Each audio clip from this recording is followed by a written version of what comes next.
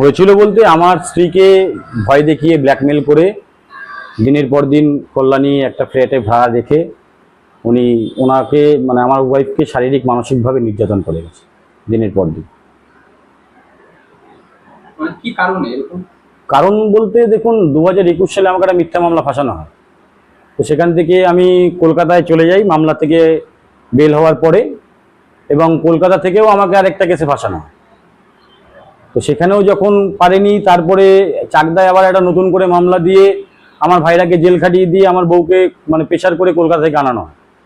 কলকাতা থেকে আনিয়ে আমার বউ তখন চাকদায় আসে, এসে আমার শ্বশুরবাড়িতে থাকে। তখন উনি ওনার একটা হ্যান্ডস মানে ওনার সাথেই সবসময় থাকে, নাম কিংসুক দে, ডাকনাম পাপাই, ওকে পাঠায় আমার শ্বশুরবাড়িতে, যে আমার বউকে বলে যে ওনার সাথে দেখা করতে হবে, আর দেখা না করলে জোর করে তুলে নিয়ে যাবে।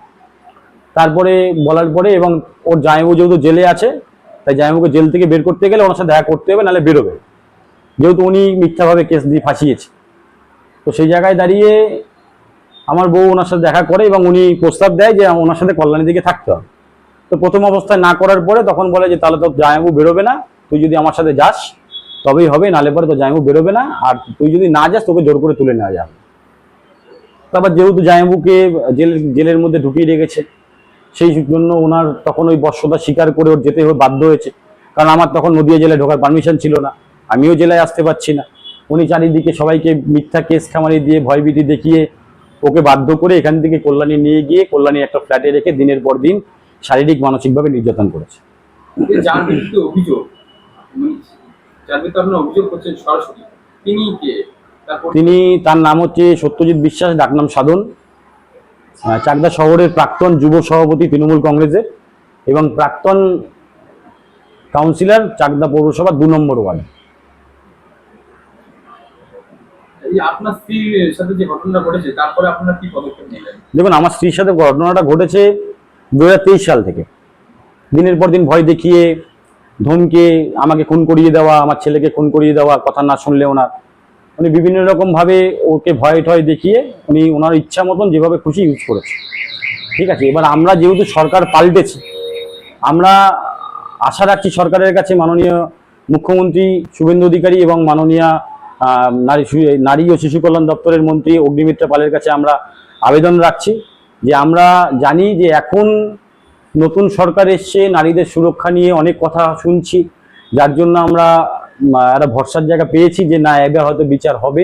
কারণ এর আগে আমরা অনেককে জানিয়েছি, অনেক জায়গায় জানিয়েও আমাদের কোনো কাজ হয়নি। চাকদা থানা থেকে শুরু করে সব জায়গায় জানানো হয়েছে, কোনো কাজই হয়নি। ঠিক আছে, আমরা এখন ভেবেছি যে এবং বুঝতে পেরেছি যে এখন হয়তো ওনার বিরুদ্ধে কিছু করলে পরে আমরা সরকারের সহযোগিতা পাবো এবং এই লোকটার উপযুক্ত শাস্তি হবে, যার জন্যই আমরা এখন। কমপ্লেন করেছেন? হ্যাঁ, আমরা থানায় কমপ্লেন করেছি। চাকদা থানায় কমপ্লেন করতে এসেছিলাম, যেহেতু আমাদের চাকদা লোকালে বাড়ি। তো চাকদা থানা বললো যে যেহেতু ক্রাইম অফ স্পট কল্যাণী, ওই জন্য কল্যাণী থানা কেস নেবে। আমরা কল্যাণী থানাতে গিয়ে 18 জুন কেসটা করি। কল্যাণী থানার থেকে প্রথম দিন আমরা যাওয়ার পরে কেস নিয়েছে, আইসি সাহেবের সাথে কথাবার্তা বললাম, আমাদের যিনি অ্যাডভোকেট ছিলেন তিনিও কথা বললেন, বলার পর কেস হয়েছে, এফআইআর হয়েছে, এফআইআর স্টার্ট হয়েছে, মেডিকেল হয়েছে এবং 164 গোপন জবানবন্দিও হয়ে গেছে। কিন্তু সব থেকে বড় ব্যাপার আমি আপনাকে বলি, আমরা এতটাই ভয়ভীতির মধ্যে রয়েছি আমার পরিবার এবং আমি আমার ছেলেকেও বলছি খুব মানে ঠিক মতন বাইরে যাতে না বেরোয়, সন্ধ্যের পর যেন বাড়ির বাইরে না যায়, সেভাবে আমি ছেলেকে বলেছি। কারণ উনি খুব প্রভাবশালী লোক, আমরা প্রাণনাশের ভয়ে আছি, 1 নম্বর কথা। এবং আমরা সব থেকে বড় ব্যাপার 18 তারিখে আমরা কেস করেছি, আজকে 27 তারিখ, এখনো পর্যন্ত উনি কতটা প্রভাবশালী ভাবুন, উনি এখনো অ্যারেস্ট হয়নি। যে জায়গায় একটা রেপ কেসের মামলা হয়েছে সেখানে উনি অ্যারেস্ট হচ্ছে না, এখন কোন অশরীরী আত্মার সাপোর্ট পাচ্ছে উনি, আমি বুঝতে পারছি। দেখুন, আমি প্রথমেই এটা বলি যে সাধন বিশ্বাস তৃণমূল কংগ্রেসের একজন নেতৃত্ব স্তরের পর্যায়ে পড়ে। গত নির্বাচনে আমরা তার ভূমিকা দেখেছি, কিভাবে বিরোধীদের আক্রমণ সে করেছে। যাই হোক, ব্যক্তিগত আক্রমণ অনেক কিছু করেছে, কিন্তু সাধন বিশ্বাস আমি বলবো not a good man, he is a very bad man. ঠিক আছে, সাধন বিশ্বাস বহু মানুষের সর্বনাশ করেছে, বহু সম্পত্তি লুট করেছে, কোটি কোটি টাকার মালিক হয়েছে। বলে তার বিরুদ্ধে অভিযোগ একটা নয়, আমার কাছেও এরকম তার বিরুদ্ধে অভিযোগ, আর্থিক অভিযোগের কিছু অভিযোগ আমার কাছে এসেছে।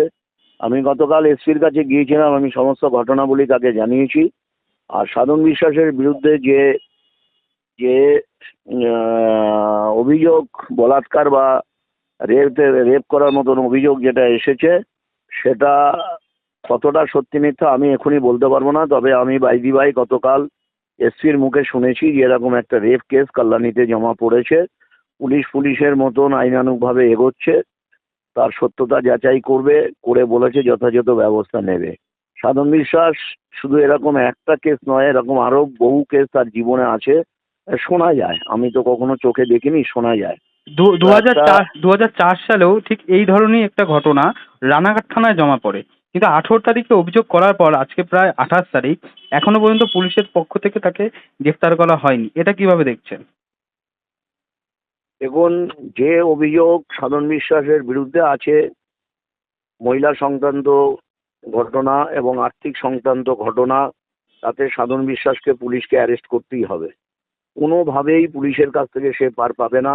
আর যে পুলিশ সাধন বিশ্বাসকে বেল পাওয়ার ক্ষেত্রে সহায়তা করবে, আমরা নজর রাখছি পুলিশের ওপর, তাহলে সেই পুলিশও রেহাই পাবে না। আমরা বলেছি তার বিরুদ্ধে ভুরি ভুরি অভিযোগ আসছে, যত দিন যাচ্ছে তার বিরুদ্ধে আর্থিক অভিযোগ আসছে। আমরা দেখেছি তৃণমূল কংগ্রেস ক্ষমতায় থাকার সময় তার সম্পত্তির পরিমাণ কিভাবে বেড়েছে। ফলে যারা কোটি কোটি টাকা গরিব মানুষের লুট করেছে তাদের যথাযোগ্য দৃষ্টান্তমূলক শাস্তি হওয়া দরকার। যদি সে শাস্তি না পায় তাহলে ইতিহাসের কাছে আমরা বিজেপি অপরাধী থেকে যাব। সেই জন্য আমরা বলছি, আমরা মানুষের কাছে সমস্ত সত্য ঘটনা তুলে ধরবো এবং সে যদি দোষী সাব্যস্ত হয় আদালতে, তার যথাযথ পানিশমেন্ট হবে, আমরা এই আশা রাখছি। Sadhan Biswas one type of great criminal, rapist. ওর বিরুদ্ধে ব্যবস্থা না নিলে মানুষের কাছে অপরাধী থাকতে হবে পুলিশকে, আমাদের সরকারকে। আমরা চাই না আমাদের সরকারের গায়ে কালিমা লিপ্ত হোক এইসব ক্রিমিনাল, এইসব রেফিউজিদের জন্য। পুলিশ কি করছে না করছে আমরা নজর রাখছি। আমি কাল পরশুর মধ্যেই আবার চাকদা থানায় আর কল্যাণী থানায় যাব, কোন পর্যায়ে দাঁড়িয়ে আছে এসপিকে বলেছি। এসপি আমাদের কথা দিয়েছেন যথাযথ পানিশমেন্ট হবে।